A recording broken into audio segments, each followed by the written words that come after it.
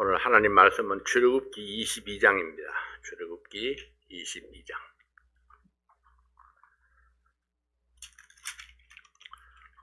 오늘은 성경을 좀 많이 읽을 것입니다. 왜냐하면은 이 말씀들이 설명이 별로 필요가 없어요. 성경을 읽으면은 이해가 팍팍팍팍 갈 그런 말씀들이어서 설명하는 것보다는 성경을 읽는 것이 오히려 더 좋겠다, 이렇게 생각을 했습니다. 그래서 22장 1절부터 31절까지 있는 말씀인데 전체를 다 읽는 것이 아니고 한 절도 안 읽겠습니다. 네, 가면서 우리가 한 절씩 보도록 하겠습니다. 생활 속의 규례 두 번째입니다. 다해법 두 번째죠. 오늘 말씀은 이웃과 하나님에 대한 의무를 함께 소개해주고 있습니다. 특히 믿음의 공동체를 깨끗하게 유지하기 원하시는 하나님의 섭리가 잘 나타나져 있습니다. 이러한 여러 가지 법도를 말씀하시는 것은 결국은 하나님께서 세우신 그 믿음의 공동체가 하나님의 말씀을 따라서 깨끗하게 보존되게 하기 위해서입니다. 그러니까 공동체를 위해서 모든 사람들이 말씀 앞에 순종해야 된다, 이런 이야기죠. 한 사람 한 사람 개인을 위해서가 아니고 공동체를 위해서, 공동체 유지를 위해서 이 말씀을 주셨다, 이렇게 보면 되겠습니다. 첫 번째로는 재산상의 손해배상에 관한 규례입니다. 재산상의 손해배상. 재산상의 손해배상 규례는 도둑질하지 말라는 제8계명의 세부 조항이라 그렇게 할 수 있습니다. 10계명 중에 도둑질하지 말라, 이렇게 말씀을 했죠. 그 세부 조항이라 할 수 있겠는데 절도에 관한 율법입니다. 1절부터 4절까지 있는 말씀인데요. 1절부터 4절까지 있는 말씀 제가 한번 읽습니다. 사람이 소나 양을 도적질하여 잡거나 팔면 그는 소 하나에 소 5으로 갚고 양 하나에 양 4으로 갚을지니라. 도적이 뚫고 들어옴을 보고 그를 쳐 죽이면 피 흘린 죄가 없으나 해돋은 후이면 피 흘린 죄가 있으리라. 도적은 반드시 배상할 것이나 배상할 것이 없으면 그 몸을 팔아 그 도적질한 것을 배상할 것이요, 도적질한 것이 살아 그 손에 있으면 소나 나귀나 양을 물론하고 갑절을 배상할지니라. 자, 배상에 대해서 잡거나 팔았을 때, 그러면은 이제 도둑질한 것이 내 손에 없어지나요? 없으면은 소 하나에 소 5, 양 하나에 양 4을 배상해야 된다, 이렇게 말씀을 했습니다.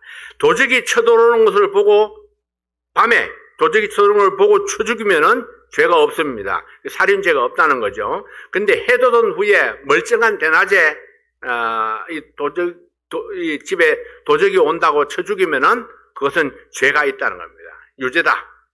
왜냐하면은 다 보이니까, 얼굴이 다 보이니까. 도적은 배상을 해야 됩니다. 돈이 없으면은 몸을 팔아서라도 배상을 해야 되죠. 이렇게 해서 이제 종이 생겨나게 되는 겁니다. 도적질한 것이 만약에 살아있어서 아직도 그 자기 손에 있으면은 갑절로 배상을 하게 되는 거죠. 이게 도덕에 관한 겁니다. 그 다음에 이제 두 번째는 부주의 때문에 발생한 과실에 대한 규례입니다.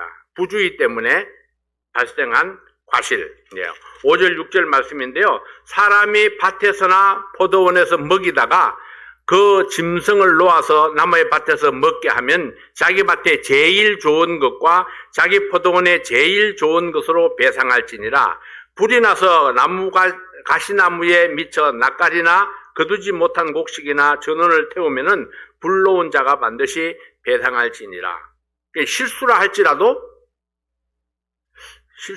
실수가 아니지, 불러온 자가 있으니까 방화라고 해야 되나? 방화.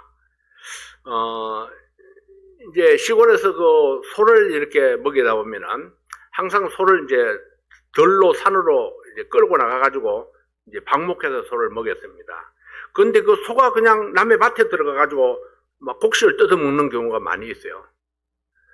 근데 한국 사람들은 마음이 좋아서 그런지 그런 것들을 크게 그냥 배상을 요구하지 않았습니다. 그리고 또 배상할 생각도 하지 않았습니다. 근데 오늘 이 말씀에 보면은 그렇지 않습니다. 여기에 보면은 포도원에서 먹이다가 그 짐승을 놓아서 남의 밭에서 먹게 하면 자기 밭에 제일 좋은 것, 자기 포도원에 제일 좋은 것으로 배상해야 된다. 이렇게 말씀을 합니다. 그러니까 자기 소 때문에 손해를 입는 사람이 있으면은 그 손해를 배상해야 된다. 내가 불을 놔가지고 이게 실수든 고의든 간에 불을 놔서 손해를 입혔으면은 그것도 반드시 배상을 해야 된다. 이렇게 말씀을 합니다. 위탁물에 손상이 가해졌을 때 그 책임 소재에 관한 율법인데요. 7절부터 13절까지 있는 말씀입니다. 만약에 이제 내가 어떤 사람의 물건을 이렇게 맡았다가 도둑을 맞았습니다. 근데 도둑이 잡히면은 갑절로 배상하고 도둑이 잡히지 않으면은 집 주인이 조사를 받아야 됩니다. 왜냐하면은 요게 또 꼼수가 있는지 어떤지 모르잖아요. 집 주인이 자기가 어떻게 꼼수를 부려가지고 그냥 도둑 맞은 것처럼 하고 그러면 안 되니까 조사를 받아야 되죠. 작물이 발견되어서 자기 것이라고 주장하면은 양쪽 다 조사를 받고 재판장이 죄 있다고 판단을 하면은 갑절로 배상을 하게 되는 것입니다. 그래서 이웃에게 맡겼다가 만약에 잃었을 때에 본 사람이 없으면은 여호와 앞에 맹세하고 배상은 없습니다. 근데 맡은 자가 도둑을 맞았으면은 주인에게 배상을 해야 됩니다. 물건의 주인에게 배상을 해야 된다는 거죠. 내가 맡았을 때는 내가 책임을 져야 된다는 겁니다. 나의 물건이라 맡았다 할지라도 만약 부탁을 해서 맡았든 어떻게 해서 맡았으면은 책임을 져야 되는데 만약에 도둑을 맞았으면은 배상을 해야 된다. 짐승이 찢겼으면은 그것에 대해서 배상을 안 합니다. 이게 무슨 얘기입니까?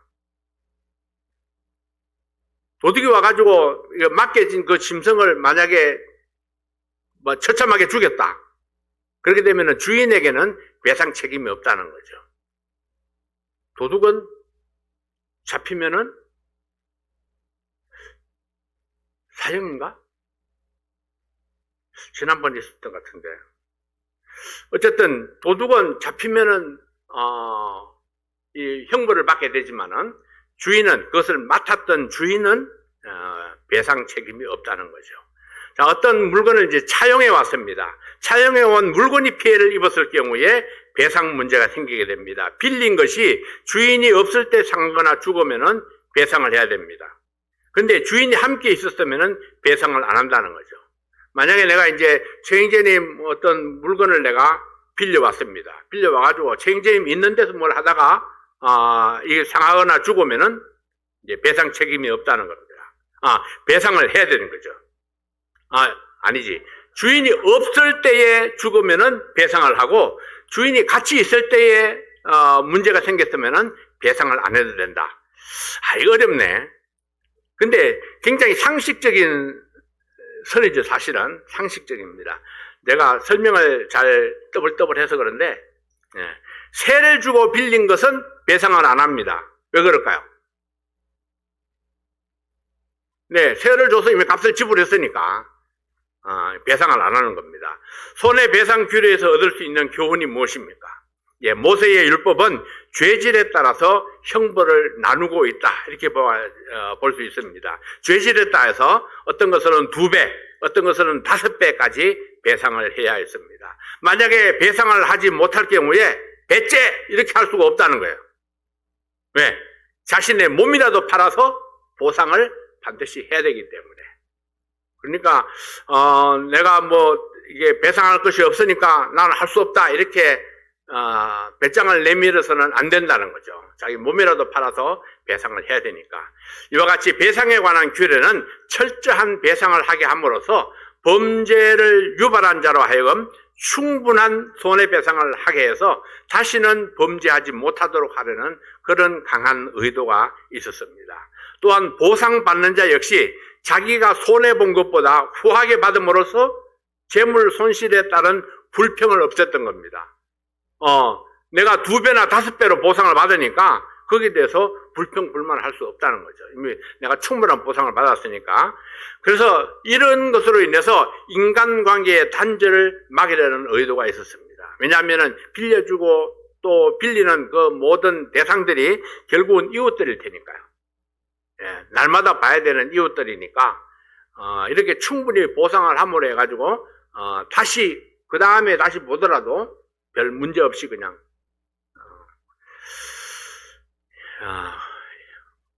관계를 계속 이어나갈 수 있다. 많은 범죄들이 물질에 대한 욕심에서 비롯되는 것이기 때문에 배상에 관한 규례를 확실하게 함으로써 죄에 대한 유혹을 없애고 서로의 인격과 재산을 존중하고 공동체 질서를 유지해 나가는 데에 그 목적이 있었다고 볼 수 있습니다. 그래서 여기서 두 가지 교훈을 생각할 수 있습니다. 첫 번째는 나타난 결과보다 마음의 동기를 파악하는 지혜를 가져야 됩니다. 하나님은 결과뿐만 아니라 인간 내면의 그 동기를 깊이 이해하시고 각각의 상황을 정확하게 파악하시는 분이십니다. 우리도 어떤 사건을 볼 때에 이런 시각을 훈련할 필요가 있습니다. 결과보다 동기를 중요시하고 그 사람의 마음의 동기가 선하면은 결과가 나쁘게 나타났더라도 용서하고 용납하는 것을 우리는 훈련해야 된다는 거죠. 자, 두 번째는 이웃의 재산에 탐욕을 품는 자는 반드시 오히려 더 많은 자신의 소유를 빼앗기고 만다는 것. 탐욕은 결국은 나에게 손해다 하는 것들을 일깨워주는 거죠. 하나님께서 내게 베풀어 주신 축복에 감사하고 만족할 줄 아는 사람이 되어야 합니다. 이웃을 내 몸같이 사랑하는 자는 결코 이웃의 것을 탐낼 수가 없습니다. 하나님께서 이런 법을 이렇게 많이 만들어 놓으셨지만은 근데 사실상 이런 죄들이 많았을까? 그럴 수도 있겠죠. 사람이 견물생심이라고 보면 욕심이 생기고 또 가지고 싶은 욕심을 주체하지 못하고 또 욕심을 부리는 사람들이 있었을 테니까요. 자, 두 번째는 종교 도덕상의 규례들입니다. 이제 16절부터 20절까지 있는 말씀인데요. 자, 평화로운 대인 관계를 위한 재산상의 손실을 엄정하고도 신속하게 보상할 것을 밝힌 데 이어서 이제는 육체적인 순결과 영적인 순결을 동시에 원하시는 하나님의 거룩한 요구가 여기에 담겨져 있습니다. 하나님께서는 영혼과 더불어서 영혼을 담는 그릇인 육체의 순결을 원하셨고 우리의 전인적인 성결을 통해서 교제하기를 기뻐하십니다. 자, 첫 번째 하나 16절 17절 말씀을 보면은 처녀를 유혹해서 그 순결을 범한 자, 어떤 처녀를 내가 마음에 들었어요. 근데 강제로 겁탈을 했습니다. 그럴 때에 아내로 삼든지 아내를 삼는 것이 하나의 조건입니다. 근데 나는 탐을 내서 강간을 해가지고 아내를 삼고자 했는데 근데 만약에 상대방이 나는 싫어 이렇게 하면은 몸은 버렸지만은 난 싫어 그렇게 하면은 처분에 맡겨야 됩니다. 그러니까 함부로 마음에 든다고 해서 함부로 하면 안 되겠죠. 아무리 마음에 드는 처자가 있다 할지라도 함부로 범해서는 안 된다 하는 것입니다. 자, 16절, 17절 말씀 한번 읽어볼까요? 사람이 정혼하지 아니한 처녀를 꿰어 동침하였으면은 빙패를 들여 아내를 삼을 것이요. 빙패를 드리는 것이 뭡니까? 돈을 줘야 되는 겁니다. 돈을. 부모에게, 처녀의 부모에게 돈을 주고 아내를 데려오는 겁니다. 만일 그 아비가 그로 그에게 주기를 거절하면 그는 처녀에게 빙패하는 일례로 돈을 낼지니라. 얼마만큼 내느냐? 요구대로 줘야 됩니다. 그 처녀의 아버지가 요구하는 대로 줘야 되는 거예요. 소 5마리, 소 5마리를 줘야 되는 겁니다. 자, 무당과 짐승과 행음하는 자는 사형. 이거는 굉장히 무서운 법이죠. 무당과 짐승과 행음하는 자. 무당을 발견하면은 무당은 사형. 그리고 짐승과 행음하는 자도 사형. 무당과 짐승과 행음하는 자 사형. 하나님 외에 다른 신에게 희생을 드리는 자는 멸하라. 멸하는 것도 역시 사형이죠, 사형. 무섭습니다. 여기서도 우리가 두 가지 교훈을 생각할 수 있습니다. 첫 번째는 하나님의 거룩한 창조 질서를 지키는 겁니다. 처녀를 유혹해서 범하는 자나 변태적인 성행위자는 하나님께서 세우신 정당한 결혼 제도를 파괴하는 행위입니다. 하나님께서는 결혼 제도의 순수함을 지키기 원하셨고 그 질서를 깨뜨리는 자는 엄중하게 처벌해서 하나님의 거룩한 법의 질서를 세우고자 하셨습니다. 자, 그 다음에 두 번째 교훈은 죄의 오염을 신속하게 차단하는 것입니다. 무당이나 우상 숭배자를 죽이라 하는 단호한 명령은 그것들이 공동체 안에 확산되어 가지고 백성들의 거룩한 삶을 해치는 것을 원천적으로 막고자 하시는 그런 하나님의 의도가 있습니다. 죄는 선한 것보다 오염 속도가 훨씬 더 빠릅니다. 그래서 하나님을 거역하는 죄가 드러날 때에 신속하게 처리하므로 이스라엘 공동체에 미치게 될 심각한 영향을 막기 위해서 죄의 형벌을 엄중하게 했다는 것입니다. 그래서 사형이라는 그런 가장 엄중한 처벌을 내리게 된 거죠. 우리는 그것이 영적인 죄이든지 육체적인 죄이든지 하나님 앞에 회개하기를 신속하게 해야 됩니다. 또 누구의 잘못을 보거든 그 죄가 더 이상 확산되지 않도록 하는 데에 최선을 다해야 됩니다. 자, 확산되는 것, 아까 그런 것들이 좀 누가 뭐 발을 뭐 걸었다더라, 그래서 그랬더니 누가 뭐 그 발을 차가지고 뭐 정강이 뼈가 부러졌다더라. 자, 이렇게 확산되어 나가면은 엄청난 그런 이야기가 만들어질 수 있는 겁니다. 그래서 소문을 내고 험담을 하고 거기에 또 맞장구를 치는 사람이 있어가지고 가짜가 진짜로 둔갑하는 그런 음모들이 막 생겨나게 되죠. 누군가 중단해야 되는데 동조하게 되면은 중단할 기회를 잃어버리고 계속 확산될 위험이 있는 것입니다. 자, 세 번째는 이제 약자를 보호하는 규정입니다. 21절부터 27절까지 있는 말씀인데요. 여기에는 힘없고 가난한 자를 자상하게 돌보시는 하나님의 사랑이 묘사되어 있습니다. 약자를 보호해야 될 이유, 대상이 누굴까요? 자, 약자를 보호해야 되는 이유와 대상. 21절, 22절에 보면은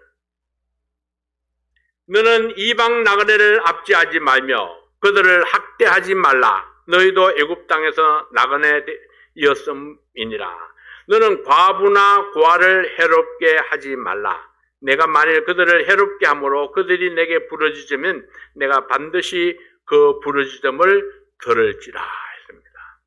자, 여기에 이방 나그네 그리고 과부 고아, 왜 이들이 약자인가요? 이방 나그네이니까 약자죠. 그리고 과부가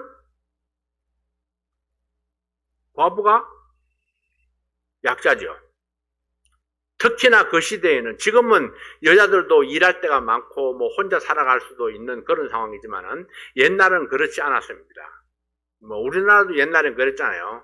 남편이 벌어다 줘야지 여자가 집에서 살림을 할 수 있었고 먹고 살 수 있었는데, 그래서 과부가 가난하게 살 수밖에 없었던 그런 시대가 있었습니다. 이 시대도 역시 마찬가지죠. 과부는 가난할 수밖에 없고 약할 수밖에 없고 보호자가 없습니다. 그래서 과부는 연약한 자죠. 고아도 역시 마찬가지입니다. 보호자가 없잖아요. 그래서 고아나 과부 충분히 보호할 이유가 됐었다 하는 거죠.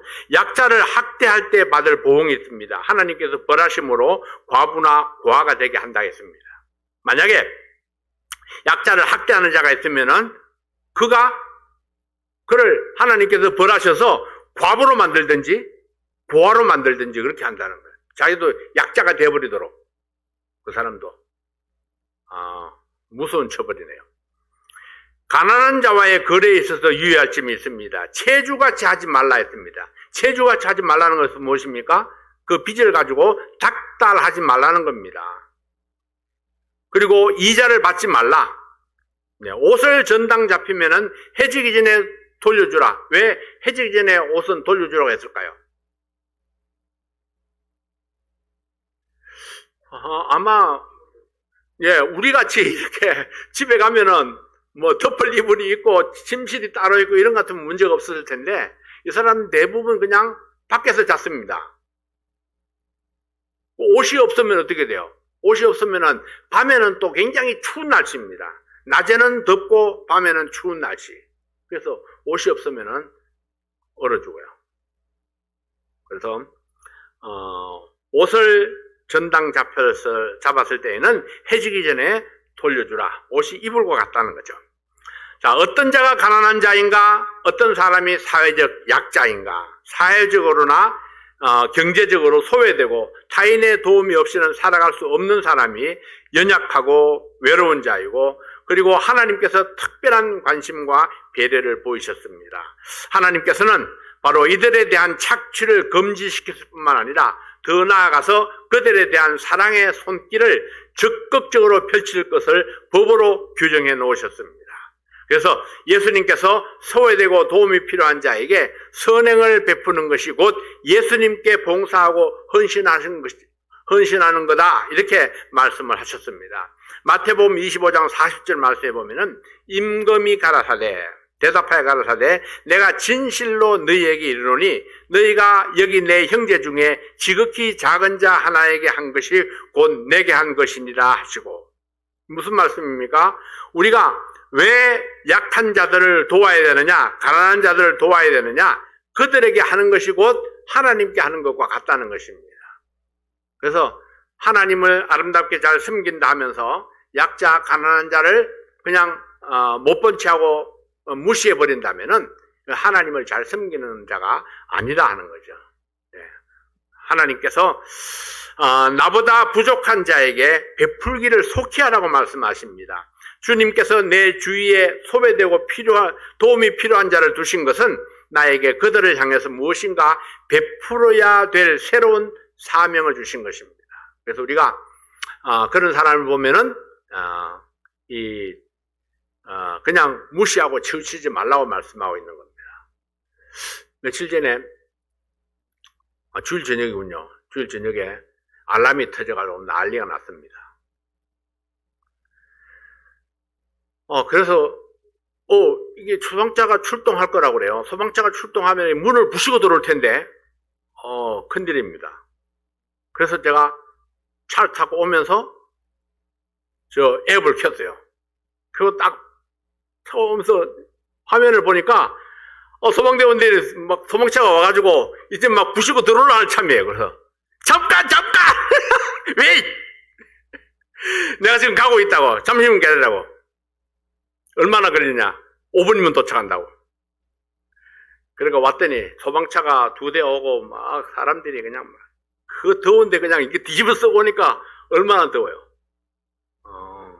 그래서 이러고 들어가서 봤더니 지하에 이제 스모그 테스트 하나가 문제가 생겼습니다. 그래서 그것을 이제 발견하고는 이제 꺼놓고 혹시 또 다시 또 울릴까봐 내가 한 몇 시간 동안 여기 있다가 돌아갔는데 그걸 보면서 소방대원들을 보면서 그런 생각을 했습니다. 교회가 진짜 이 사람들에게 좀 베풀어야 되겠구나. 이 사람들이 대개가 자원봉사자들이잖아요. 그래서 우리 교회에서 이 소방 대원들에게 뭔가 해마다 좀 정기적으로 뭔가를 좀 보내야 되겠구나 하는 그런 생각을 많이 했습니다. 우리가 아마 조금씩은 하고 있을 거예요. 그래서 조금 더 풍성해야 되지 않나 하는 그런 생각을 했습니다. 오늘날 세상은요, 부자가 더 인색한 시대입니다. 그러나 주님께서 그의 백성들에게 풍성한 물질을 주신 것은 나의 풍성한 것으로 형제의 부족한 부분을 채우게 하려 하십니다. 네, 그 사실을 우리가 기억할 수 있어야 됩니다. 그래서 주신 축복을 나눔으로 더욱 큰 상이 하늘로부터 주어지게 될 것입니다. 그래서 저는 선교사가 이렇게 방문을 하면은 제가 그런 말씀을 종종 드리죠. 선교사님께 좀 사랑을 베풀 수 있는 분들은 베풀었으면 좋겠습니다. 뭐 어떤 때는 우리가 사랑의 헌금을 하기도 하고 그렇지만은 교회에서 주는 것 외에도 우리가 좀 사랑의 손길을 좀 베풀면은 그들에게 얼마나 마음이 훈훈할까 하는 그런 생각에서 그렇게 광고를 드리게 되는 겁니다. 자, 두 번째는 나의 도움이 필요한 자를 부지런히 찾으라 하는 것입니다. 누군가가 나에게 손을 벌려오면은 외면하지 말라. 이 초창기 한국에 온 선교사들이 실패한 이유가 바로 이것입니다. 굉장히 사람들은 감질나게 줬습니다. 그리고 마음을 상하게 하고 상처를 주었기 때문에 때가 되었을 때에 다 떠나가 버렸어요, 사람들이. 너무 감질나게 줍니다. 그리고 와서 막 이렇게 하기를 바라는 거예요. 자기 돈도 아닐 텐데. 언젠가 제가 신풍에 있을 때에 어떤 선교사가 왔습니다. 신풍교회는 이제 누가 통역을 데리고 와서 이야기를 하는데, 신풍교회는 독립교회지만 독립교회가 아닙니다. 그게 뭔 말입니까? 신풍교회는 선교사가 여기에 투자한 돈을 다 갚지 않았습니다. 그러니까 선교비로 이제 신풍에 투자해가지고 신풍교회를 세웠는데, 이 선교사는 그것을 다 자기에게 다시 갚아주기를 원하는 겁니다. 이 교회에서 헌금을 해가지고 다 되돌려 갚기를 원하셨던 거예요.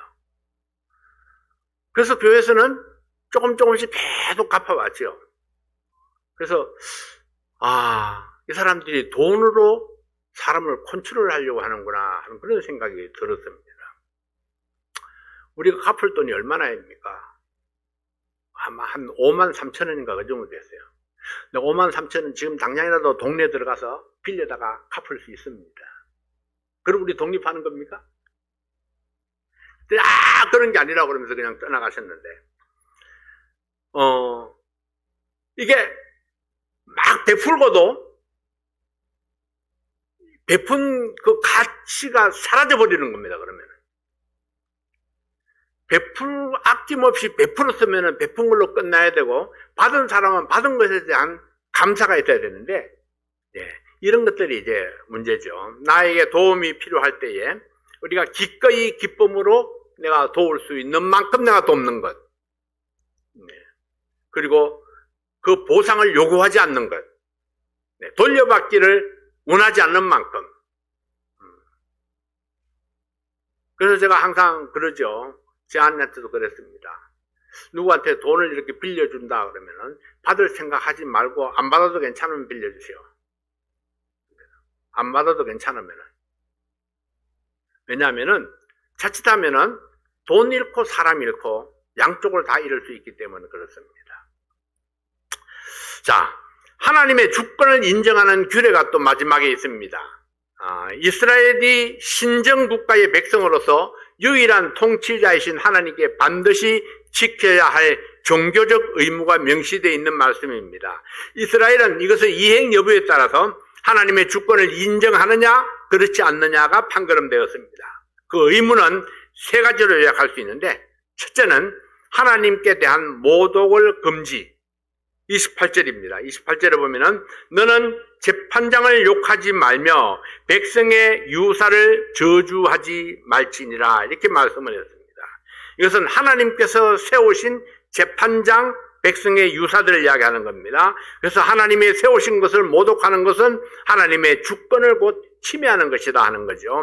두 번째로는 올바른 헌금입니다. 29절 30절 말씀에 보면은 너는 너의 추수한 것과 너의 짜낸 접을 드리기에 더디게 말지며 너의 처음 난 아들들을 내게 줄지며 너의 소와 양도 그 일례로 하되 7일 동안 어미와 함께 있게 하다가 8일 만에 내게 줄지니라 했습니다.